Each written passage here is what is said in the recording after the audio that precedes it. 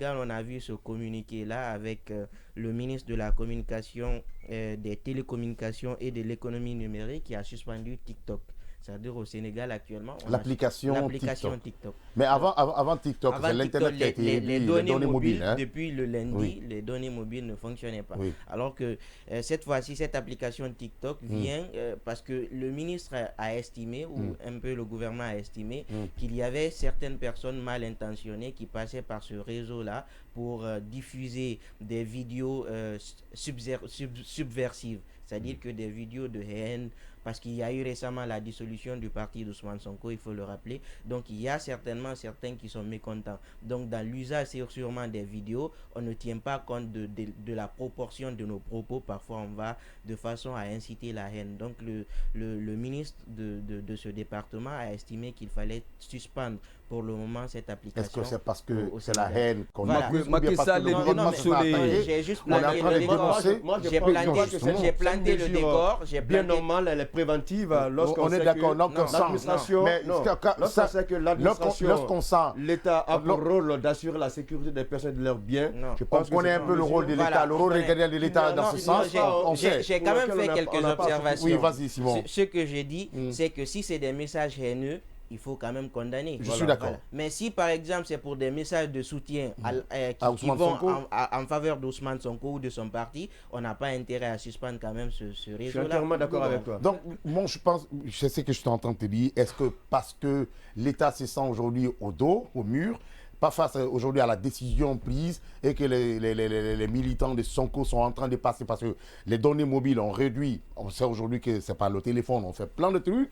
Ensuite, l'application des jeunes, parce que TikTok c'est pour les jeunes, l'application des jeunes où on pouvait faire passer certains messages ou bien certains soutiens et que l'État sent qu'il est un peu faible face à certaines décisions, on essaie de réduire et de couper l'application. Est-ce que c'est pas ça? Parce qu'on a vu ici à Conakry, ici, quand on a réduit les sites, quand on a réduit l'Internet ici, on a compris parce qu'on était en train trop de critiquer l'État. On a coupé presque l'Internet pendant des sites sont restés pendant des jours. Même Djoma est resté, il y a beaucoup d'émissions qui sont restées en berne pendant des jours ici.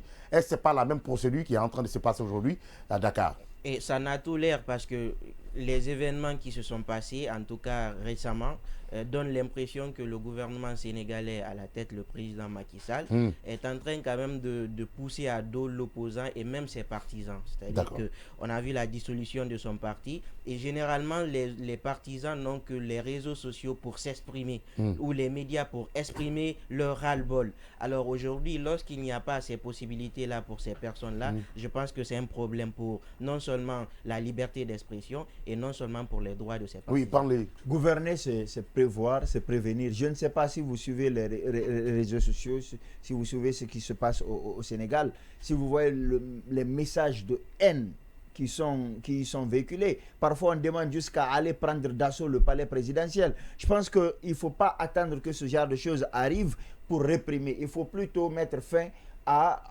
la chaîne de transmission des messages de haine. Rappelez-vous qu'en Guinée, à un moment donné, on a frôlé de peu la guerre civile ici. C'était en 2007, lors des événements de janvier et février. Qu'est-ce que l'État a fait quand on a senti que la tension montait et que le pays frôlait le pire? On a fait 2 semaines d'état de siège. Vous vous rappelez de cette période où les gens restaient à la maison? Je pense bien dans ta communication, tu viens de dire exactement la réponse. Est-ce aujourd'hui, c'est parce que c'est les militants de Ousmane Sonko qu'on va réduire TikTok? Permets que je termine. C'est un pro-maquis.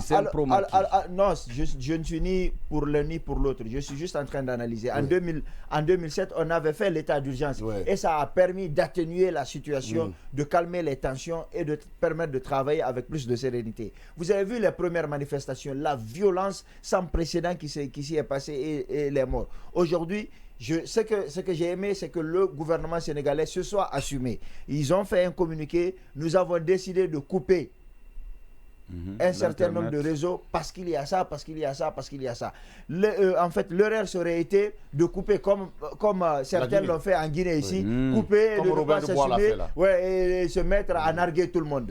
L'État doit s'assumer quand il prend certaines décisions. Aller voler et les expliquer. On peut ne pas être d'accord, mais si on les comprend, on peut les accepter même si on n'est pas d'accord. Alors la communication a été claire, le communiqué est sorti, nous allons couper Internet parce qu'il y a ça, parce qu'il y a ça. Oui, les gens ne sont pas d'accord, mais au moins ils sont informés, ils ne sont pas surpris, ils ne sentent pas un manque de respect. Je trouve que c'est conséquent et c'est comme ça qu'un gouvernement responsable devrait fonctionner. Je suis désolé pour toi, un gouvernement responsable qui se sent dos au mur parfois, prendre des décisions. Oui, le gouvernement qui n'est pas dos au mur. Tu as vu un gouvernement qui travaille dans cette situation. Je te rappelle que les gilets jaunes en France, c'est coronavirus qui les a fait. Alors, la haine en France, pourquoi on n'a pas interdit l'Internet en France? Non, c'est différent. C'était une haine viscérale sur les réseaux sociaux. Je suis désolé. Quand vous partez vers l'Inde et quand vous partez dans d'autres pays, c'est la même chose. Ce sont les mêmes haines de l'opposition. L'opposition n'a que sa bouche, ses militants n'ont que ses pancartes, ces plateformes-là pour revendiquer certains droits. Je suis désolé que ce n'est pas la meilleure solution. L'une des solutions que tu es en train de dire, sans peut-être la violence, la meilleure solution pour l'État, on peut instaurer l'état de siège si on sent que la violence prend. Mais si on pense qu'on n'est pas arrivé à ce niveau. Vous pensez, est-ce que vous pensez qu'interdire aujourd'hui TikTok, Internet, ceci, c'est là que ça ne va pas? Ça réduit, mais il faut comprendre que nous avons des applications VPN pour que les gens puissent. Oui, mais ça réduit la tension. Oui, mais ça réduit la tension. Vous êtes en train de glisser, parler. Je poursuis avec la deuxième loupe. Aujourd'hui, le constat qui est fait, c'est qu'on a assez d'immeubles menaçant ruine. C'est-à-dire que vous avez des immeubles en République de Guinée, surtout en ville, où il y a quand même des fissures. Et ces immeubles-là mettent en péril, en quelque sorte, la vie de ceux qui habitent autour et même ceux qui habitent ces bâtiments-là. Récemment, on a vu avec un immeuble qui s'est écroulé du côté de Matoto. Donc, ça a commencé à devenir récurrent. Aujourd'hui, je sonne l'alerte parce qu'on a vu quand même des fissures. Et généralement, il y a des questions de responsabilité. Donc, le maire de la commune, en temps normal, lorsque les citoyens qui sont autour arrivent à dire qu'il y a des fissures, en tout cas l'immeuble là pourrait tomber, il faudrait que ce maire-là fasse un écrit pour mettre en garde le propriétaire. Ou s'il ne le fait pas, qu'il prenne même un arrêté avec un expert qui viendra évaluer, voir si le péril est imminent, si on peut descendre ou donner un délai au propriétaire de refaire les travaux. Mais aujourd'hui, on a l'impression que les communes sont muettes sur la question. Mais aussi le ministère de l'habitat, de l'urbanisme est aussi pointé du doigt. À un moment donné, il faudrait qu'on mette des équipes en place pour vérifier ces immeubles-là. Il y a des immeubles qui ont été construits depuis l'indépendance. Avant l'indépendance, jusqu'à présent, c'est les mêmes immeubles. On met les carreaux au-dessus. C'est-à-dire que lorsqu'il y a fissure, la plupart des départements ministériels même, ce sont des immeubles menaçants en ruine. Donc, à un moment donné, il faut faire des travaux. Déjà, protéger la vie de ceux qui habitent à l'intérieur. Vous avez des gens qui ont leur bureau dans ces immeubles-là, ils vont travailler tous les jours, du matin au soir.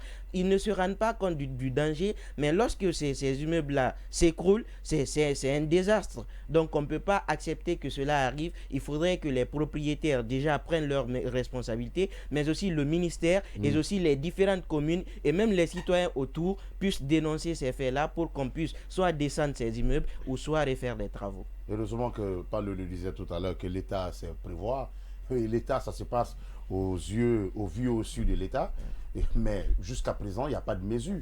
Tu viens de dire les mesures qui sont prises par l'État, c'est de venir mettre encore des toiles ou bien peut-être des tableaux sur des murs, et puis maintenir ces murs dans un état grave, ça. Toujours délabrant. Déjà, mais qu'on sache quand même, il y a des services quand même au sein de l'État aujourd'hui qui sont laissés pour compte. Il y a des services de contrôle qualité surtout. Il y a des laboratoires, il y a des services de laboratoires. Il y a des services aujourd'hui, des inspections au niveau des infrastructures du ministère de l'Infrastructure. Mais est-ce que ces services sont mis en branle pour que au moins on puisse déceler ces immeubles pour éviter le pire? Déjà, à ce niveau, c'est que l'immeuble directement qui menace ruine, menace la vie de qui? Des citoyens autour. Donc, c'est comme ça. En principe, ce sont ces citoyens-là qui doivent dénoncer. Donc, si le maire prend acte de cette situation, il doit faire un écrit pour dire au propriétaire, ah, ton immeuble là menace ruine, il faut prendre tes responsabilités. S'il ne le fait pas dans un délai, il peut prendre un arrêté communal pour le mettre en garde, et puis l'expert viendra voir vraiment si le péril il est imminent. Et s'il est imminent, il faut soit lui accorder un délai pour qu'il puisse descendre l'immeuble, ou s'il ne le fait pas, s'il ne veut pas faire des travaux, il va descendre l'immeuble, ou quelque part l'autorité même peut dire, bon, vu qu'il n'a pas pris toutes ces dispositions-là, on descend l'immeuble tout simplement, parce que la responsabilité, la vie des citoyens, hormis le matériel, le bien et tout, il y a aussi la vie des citoyens qui est en danger. Ça rentre même dans le cadre